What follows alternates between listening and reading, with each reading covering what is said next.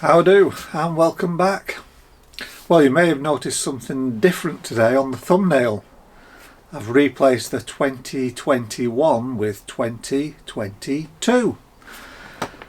And that's because I found out today that actually my advent calendar, although it does say 2021 on it, is actually 2022 beers. And I think it was David on my first video, he actually mentioned that and said that Brewdog sometimes reuse last year's boxes for the next year because they're big on saving waste, and I think they're also planting a forest in Scotland. They're very big on the environment, so they don't want to waste things, so they will actually reuse last year's packaging. And it seems that that's the case, that some of the advent calendars for 2022 are in 2021 boxes, and I wonder if that's why I got it a little bit cheaper. I don't know, but I went on Amazon today because I'm trying to figure this out, and the price has gone up, so I wonder if the retailer has cottoned on. I got mine for about £5-6 less than what it is now, and that's a lot less than the 2022 packaged advent calendars. So I don't know, but what sparked my interest was this beer, Almost Famous. It's a NEPA, and this beer only came out in 2022. So when I pulled this out of the advent calendar, I thought, hang on a minute, how could this beer have been in last year's box? And now we know why, because it's last year's box, but it's this year's beer. Right, so as I say, it's another NEPA. How many more NEPAs? I was actually reading, I think it was the other day or a day or two ago, something quite interesting, that in America they've seen a real drop off in the interest in IPAs this year. And now a lot of the small independent breweries in America, the craft beer scene, is actually going to start brewing a lot of other different styles of beer and moving away from the IPAs. And I must admit, when I go into my local supermarket, Morrison's typically, and I look at the craft beer section, 90% are all IPAs, or a double dry hopped IPA, or a triple IPA, or some other type of IPA, a NEPA IPA. I think there's something now called a cold IPA or something like that.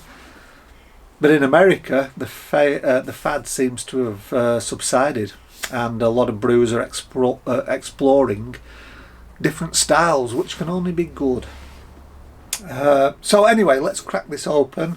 I'm not an expert on NEPAs, so I don't know if my palate can judge the subtle nuances between this and the other two we've tried, but we'll give it a go. It's a 440ml can, but I wish it would have been a 330 because it's 6.8%. Let's see. I'm going to use this Red Rock glass that I got for the Christmas ales I reviewed.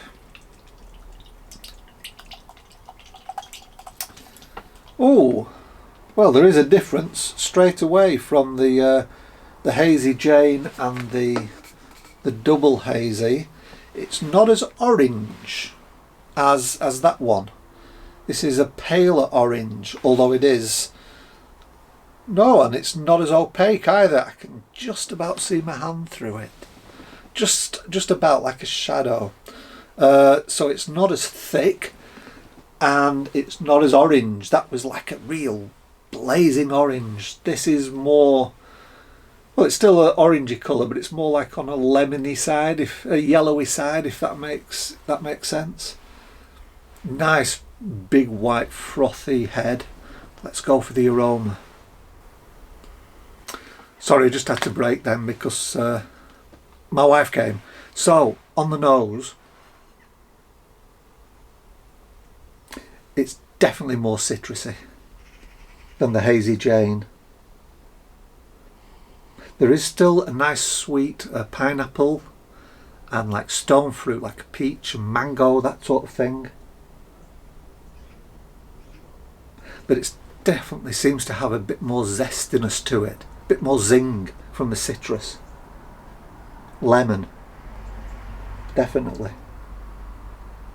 Okay, let's take a taste.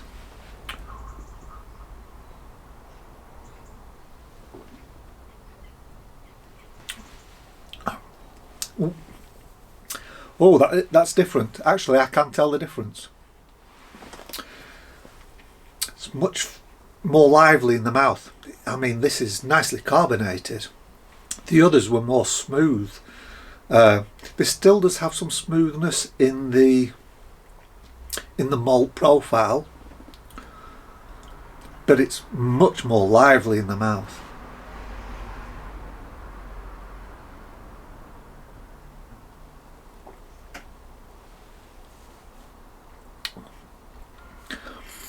And you're not getting the same tropical hit. It's there, but it sort of like comes after. You get the zing of the zest of the lemon. And then as that goes, you get the tropical fruits. The pineapple, the mango. So yeah, it seems to be reversed. The Hazy Jane and that double hazy was more your tropical fruits and then a bit of a zesty finish. This, that zestiness seems to come in mid-palate, and then it relaxes into these tropical flavours.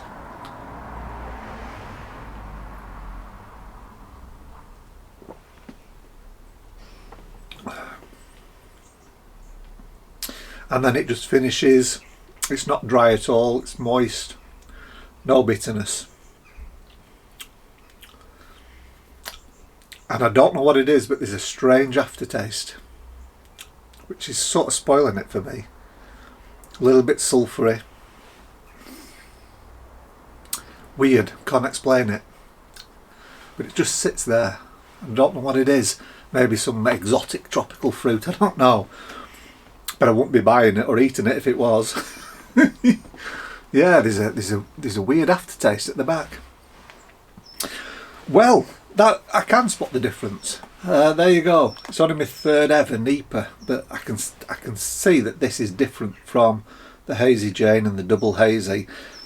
Looks wise, it looks more citrusy. You know, when I said it looks a bit more lemony, a bit more yellowy, and that's definitely coming through in the flavour. It's that zesty,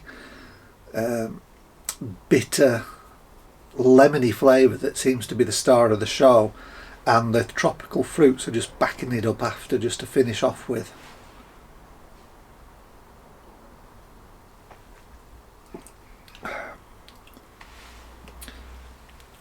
Very refreshing, really.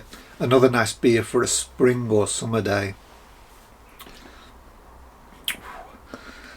And it's another sipper.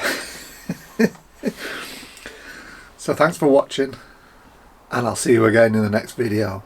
Hope you've enjoyed. Bye bye for now.